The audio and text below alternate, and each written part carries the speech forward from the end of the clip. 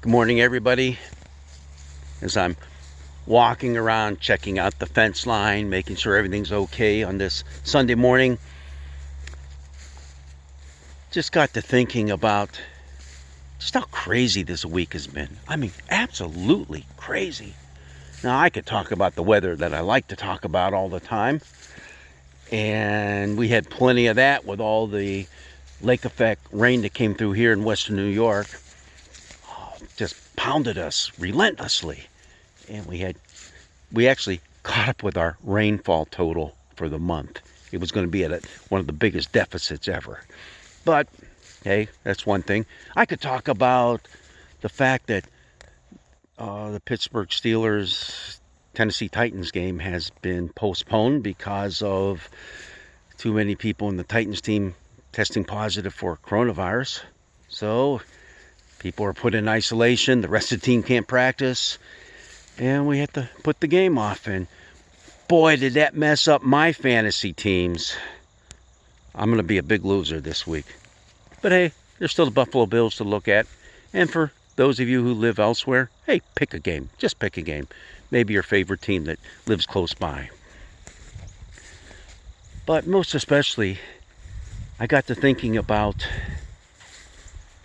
the wild and woolly Tuesday night we had on TV, if you happen to watch the debate. And then what has especially happened since then with the coronavirus outbreak right within the White House, moving over into the Senate and the rest of the complex there. And I think it's time that we take a good look and not just start casting blame and pointing fingers. I mean, there's plenty of that going on right now. You know, how could that happen to us? How could that happen to our leaders? Those are discussions I don't want to get into, because then we start getting angry at each other. But we need to talk about it. So don't avoid those discussions. But what I would like to say is this. This is especially a time we need to pray for each other. Because regardless of your political viewpoint and what you stand for and don't stand for and what you don't agree with your opponent, your political opponents and your family and friends, we can get into a real hornet's nest there. There's one thing that does stand out, is that if you and I are living in the love of God, in the love of Jesus Christ, we need to care for one another as individuals, as people of God, people created in the image of God. We need to seriously pray. These are the people affected by the coronavirus. They are people that belong to God. We just can't write them off, regardless of what we think. We can't continue to berate one another.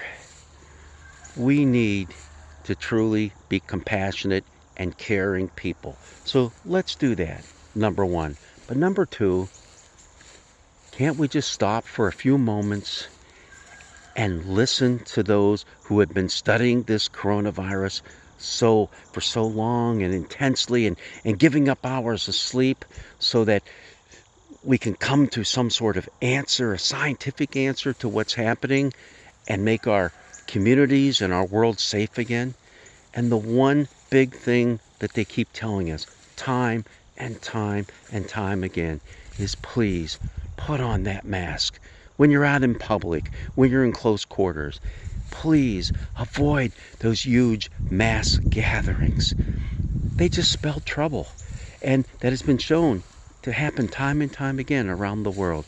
So until we have good, fruitful vaccines, until we have good and plentiful treatments for the virus, let's do the things that have been shown to keep us safe. Wearing those masks, avoiding those crowds, and just being kind toward one another. It's not just your life that's on the line, it's other lives too. And if you really love and care for all the people of the world. We need to do it. We just need to do it. I miss gathering together in groups, large and small. We're trying to do that as safely as we can in our congregation at Zion Lutheran Church. And so far, it's gone very well. We haven't seen anyone contract the virus, or there's been no spreading event.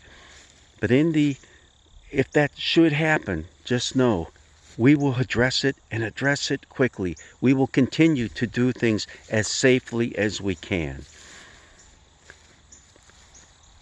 God is love. We are called to love and care for one another. We are called to esteem one another better than ourselves. Not that we're putting ourselves down and saying, hey, crawl in the dust and the dirt. No. It means we put the welfare of others even ahead of our own welfare. That's how much we care. Let's do that as people of God. And let's be compassionate.